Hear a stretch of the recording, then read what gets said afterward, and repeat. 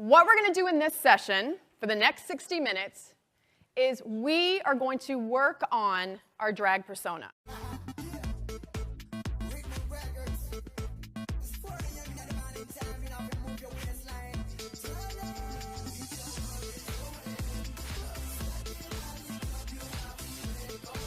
It's almost like building your superhero character.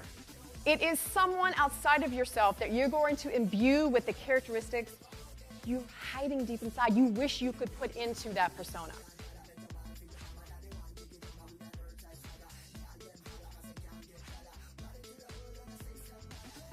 Who would like to do this? Oh my God. How am I going to do this? Here's what I got, you and you.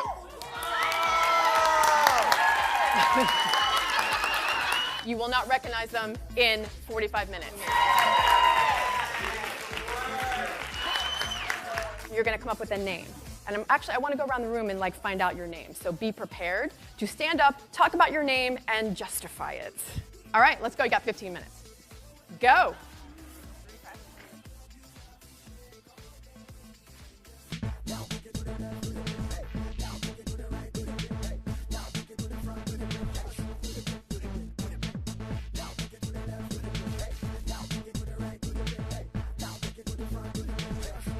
So that's what I decided my drag queen name would be, is Miss Unapologetic. Miss Unapologetic. Yes. Never say you're sorry, honey. Never. Classy, go lightly. Queen Passion. Angelina Sky. Sugar Pop. Contessa Q.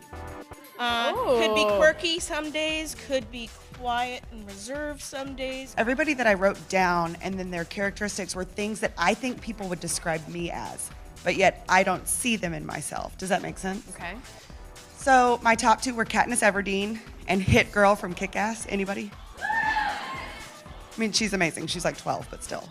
And then some of the words I wrote down were like powerful, leader, independent, quick-witted, like fast on her feet, prowess, sultry, things like that. So my name is Katniss with a C, Everqueen. Katniss Everqueen is one of the best things I've you ever have to say heard. Katniss with a C.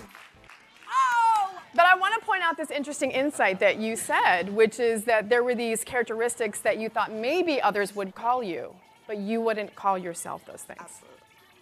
Why does that happen? It's amazing that people see us in a different light than we see ourselves. I mean, that's kind of the whole reason why I really wanted to do this, was to help people focus on who they really can be and are, and amplify that.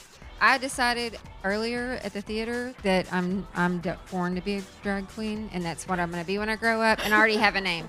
So my drag queen name is Mary Hellion. The people who inspire us are kind of a reflection of who we want to be, and that is sometimes who we are. And like Holly said, we don't realize that's what we are. I 2013 was diagnosed with breast cancer and had to go through all the fun that goes with that. Got the full ride and lost my hair. And the hardest part was my kids did not like that. And so there were days where I would put on my wig and my makeup to go to work, and I felt like a drag queen because I had to put on that persona and say I was okay. So this really rung home with me, but I'm still trying to get that edge back. So Wonder Woman, Beyonce, Meryl Streep, because she's a fantastic actress, and yeah. Yeah, no, like she says it, right? But then my colleague over here, Susan, told me that I needed to put the ladies forward. So The ladies. The ladies. So we're going with, and then my boss was super supportive, and her name is Judy Lane, and she's hilarious, and I love humor. So I think it's going to be Tittylicious Lane. Tittylicious Lane. So I don't like my name. Like what I was thinking is, it's funny you said Malin Albright, and I was thinking, I think too serious. Like I think too professional, and I had no problem saying Tittylicious for her, but mine was Black Swan. And I was giggling, I was thinking about you, like, Black Swan, really? Like, no one's going to my show. So it made me think, get less serious. Like, I get to be serious 60 hours a week. I have 2 children. I need to enter a whole different world. I do need to probably get on a pole. We were saying that. Get on a pole, get a wig on, and just relax. Put a little more personality. Yes. That is, are you Miss Black Swan?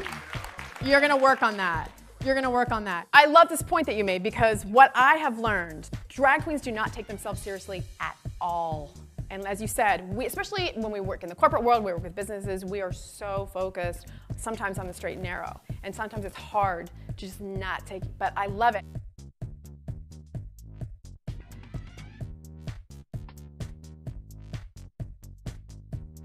Our very first queen, Fearless Phoenix!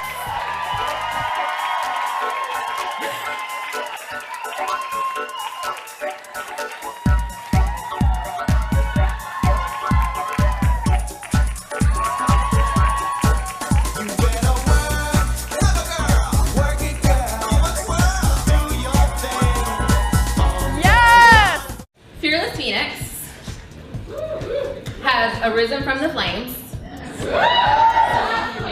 and nothing bothers me now. I am on top of the world, and everyone just eat it, bitches.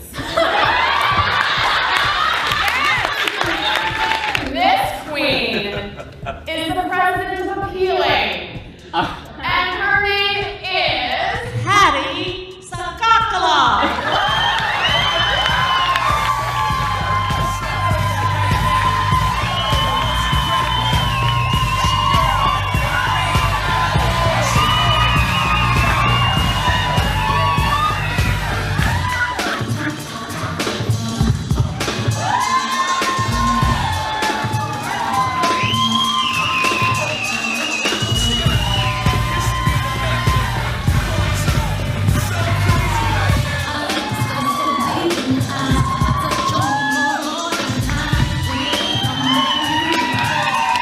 I like the self-expression that comes through that.